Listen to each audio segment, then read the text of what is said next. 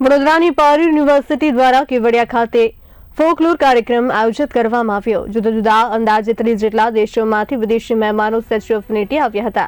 સરદાર સાહેબના 150મી જન્મ જયંતિ નિમિત્તે ખાસ એકતા પરેડ યોજાઈ હતી, જેમાં પૂર્વ કેન્દ્રીય મંત્રી મીનાક્ષી લેખી ઉપસ્થિત રહ્યા હતા। પૂર્વ મંત્રી મીનાક્ષી લેખીએ મીડિયા સાથે વાતચીત કરી। મીનાક્ષી લેખીએ એસઆઈઆર અંગે જણાવ્યું હતું કે જેમ દિવાળી પર્વ દરમિયાન ઘરમાં સાફ સફાઈ કરીએ છીએ, તેમ ઇલેક્શન કમિશન મતદારો સાફ સફાઈ કરી રહ્યું છે। ન્યાયપૂર્ણ વ્યવસ્થા માટે સાફ સફાઈ જરૂરી છે।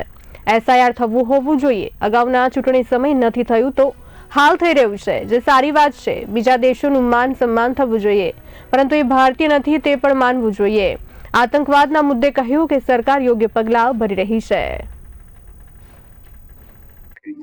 देखिए 150 वर्ष उनकी बर्थ एनिवर्सरी का जरूर है, लेकिन भारत की आज़ादी का अभी 78 साल पूरा हुआ है और भारत का जो नक्शा आज हमें दिखाई देता है वो किसी और नहीं बल्कि सरदार वल्लभ भाई पटेल की देन है।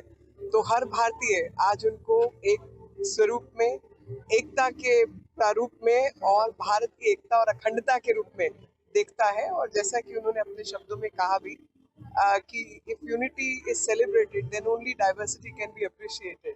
तो हम लोग एकजुट रहें, एक साथ रहें, अपनी सभ्यता संस्कृति के प्रति नतमस्तक रहें, और वो तभी संभव है जब हम एक दूसरे के जो भिन्नता है उसके प्रति भी जागरूक रहें।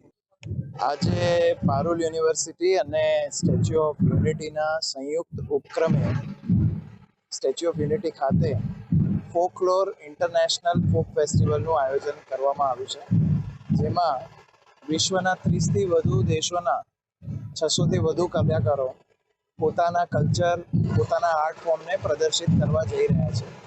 અને આ કાર્યક્રમનો મુખ્ય ઉદ્દેશ્ય સરદાર વલ્લભભાઈ પટેલ સાહેબની જે 150 વર્ષની જન્મ જયંતિનું આયોજન હાલ ગુજરાત સરકાર અને ભારત સરકાર દ્વારા આયોજિત કરવામાં આવ્યું છે, તેના ભાગરૂપે આ ઉજવણીના ભાગરૂપે આ કાર્યક્રમનું આયોજન કરવામાં આવેલ છે।